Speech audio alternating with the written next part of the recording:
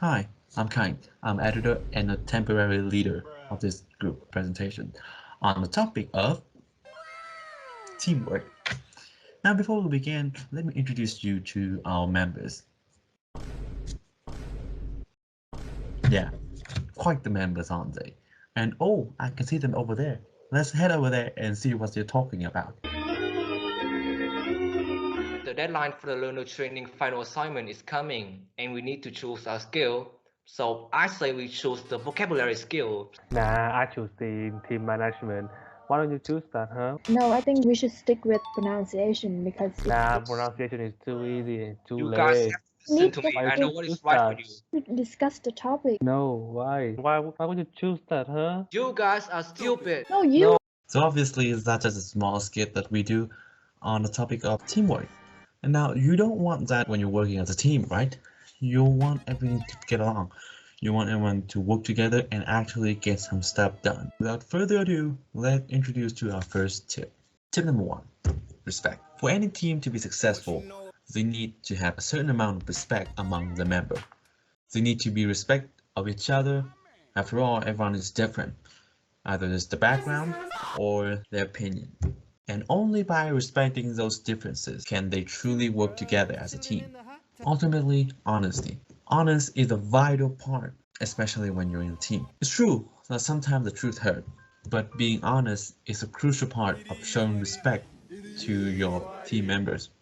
It shows that you care enough to point out their flaws, to helping them change and develop. And also, it helps to have a listening ear, to always be there to listen to someone. And keep an open mind, open to change, open to the new stuff. You never know what you're going to learn. And that's always the good stuff. And here's the second tip for the team best teamwork that we can have. And as you can see in the previous video, the communication between each member was not so well. One reason is because the work is shared equally. And for the second tip, I want to say is about divide the work fair and square. For me, I believe we should not split the work like that. Nowadays, each one of us have a different strength in a particular thing, so split works like that can be unprecise. If we share the work equally, then the productiveness can hardly rise, and not just that, the quality of the work can not as same as when we divide through one strength. Even though the divide can sometimes be unequal and unfair to others, but the amount of work and toughness can be the same to each other.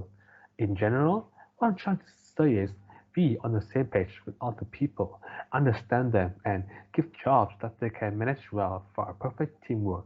And now is the third tip to be given by Chan.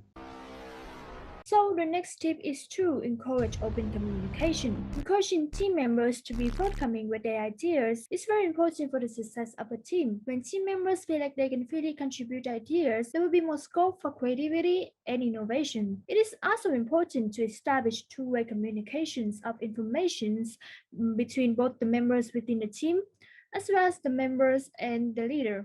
This ensures that everyone is always appropriately informed and no topics of conversation are avoided. Skillful communication creates awareness and understanding, therefore enabling team members to complete their tasks effectively. And of course, skillful communications also include the art of listening. Communication is key as it builds trust and relationship. Therefore, creating a safe working environment will lead to a healthy group climate and effective work process. So be sure to encourage your team to talk. The next tips can be carried out by Duke. My tip for you is a little bit different. It's that you need to show your enthusiasm.